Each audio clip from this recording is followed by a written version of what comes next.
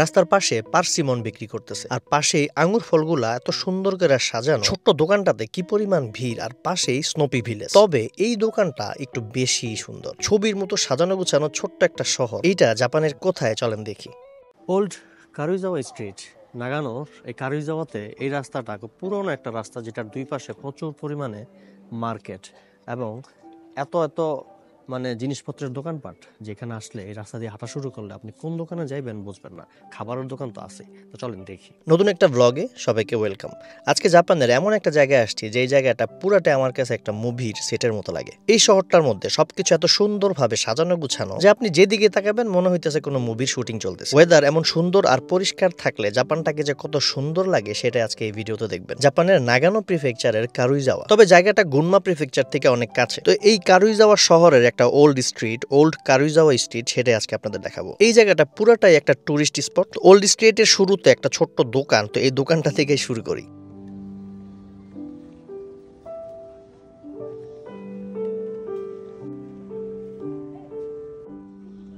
এই দোকানটার মধ্যে আকর্ষণের ব্যাপারগুলো ছিল ফলগুলা ছোট ছোট। এই যে দেখেন আপেলগুলার বাচ্চা, মনে হইতেছে ছোট ছোট আপেলের বাচ্চা, আর পাশে ছোট ছোট কমলার বাচ্চা। ওইদিকে আবার গার্জিয়ান আপেলগুলো রেখে দিচ্ছে। এইদিকে ছোট ছোট আঙ্গুর ফল, ওই যে অনেক সময় দেখতাম না খেলনা আঙ্গুর ফল গাড়ির সামনে ঝুলে রাখতো, সেম ওই রকম। আর এই যে দাদি কিছু একটা নিতে আসছে। হঠাৎ দেখলাম ঝুড়িতে সুপারির মতো কিছু একটা রাখা। তা আমি কিরে কি সুন্দর সুপারিগুলো রেখে দিছে। হাতে নেওয়ার পর দেখতে পেলাম না এগুলা মনে নারিকেলের বাচ্চা। আবার ভাবলাম যে না, এগুলা এক ধরনের বাদাম। আর এইগুলার আমি ভাবছি কাঁঠালের দানা।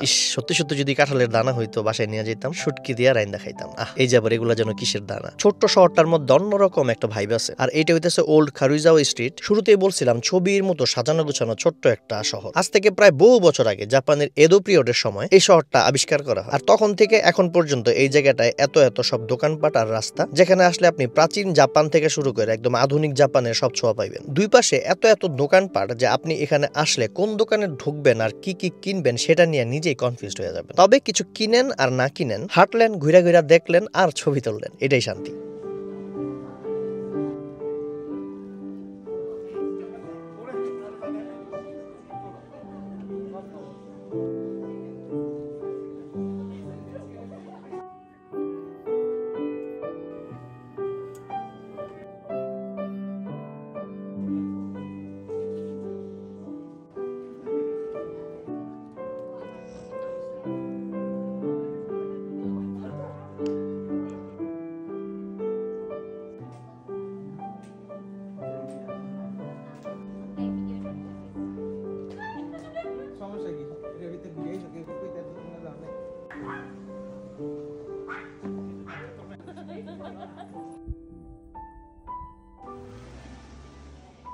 পেইন্টিং করে করে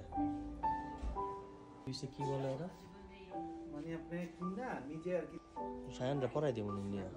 নাগানো প্রিফেকচারের এই কারুইজাওয়া শহরটা যদিও নাগানো প্রিফেকচারে, কিন্তু গুনমা থেকে একদম কাছাকাছি একটা জায়গা। আপনি চাইলে গুগলে সার্চ দিয়ে দেখতে পারেন কারুইজাওয়া সিটি আপনার জায়গা থেকে কতটুকু দূরে। এই জায়গাটার মধ্যে আবাসিক এলাকা খুবই কম, বেশিরভাগই হচ্ছে হোটেল, কটেজ, রিসোর্ট আর বড় বড় শপিং মল। বেশিরভাগ মানুষ এখানে ঘুরতে আসে। আর এই শীতকালে এখানে প্রচুর স্নোফল হয়। আর স্নোফলের মধ্যে এই জায়গাটা দেখতে তো মনে হয় আরো বেশি সুন্দর লাগে। এই যে রাস্তার পাশে কি সুন্দর পার্সিমন ফলগুলো রেখে দিছে, আবার আঙ্গুর ফল। জাপানের ফল ফলাদির একটা আলাদা ব্যাপারই থাকে, আপনি দেখলে বুঝবেনই না এগুলো রিয়েল, মনে হয় সব আর্টিফিশিয়াল জিনিস। কারণ জাপানিজরা সবকিছুতেই কিউট খোঁজে, সুন্দর খোঁজে। যে কোনো কিছু ওরা দোকানে ওঠানোর আগে খুব সুন্দর আর কিউট জিনিসপত্র দেখে তারপরে উঠায়। হাতে সময় কম থাকে, আপনাদের পুরো জায়গাটা দেখাতে পারলাম না, তবে যতটুকু দেখাইছি আশা করি আপনাদের ভালো লাগছে। আসলে ছোট্ট এই শহরটা একদম ছবির মতো সাজানো গুছানো, মনে হয় যে কোনো একটা মুভির সেট, আপনি সরাসরি কোনো মুভির শুটিং দেখতেছেন। আর জাপান তো এমনিতে সব জায়গায় একদম পরিষ্কার, আর এই শহরটা যেন একটু বেশি পরিষ্কার। এখানে চাইলে আপনি ট্রেন দিয়েও আসতে পারেন, আর যদি গাড়ি নিয়ে আসেন তাহলে ছোটখাটো কিছু পার্কিং পাবেন, যেগুলো পেড পার্কিং, তবে খরচ মোটামুটি কম।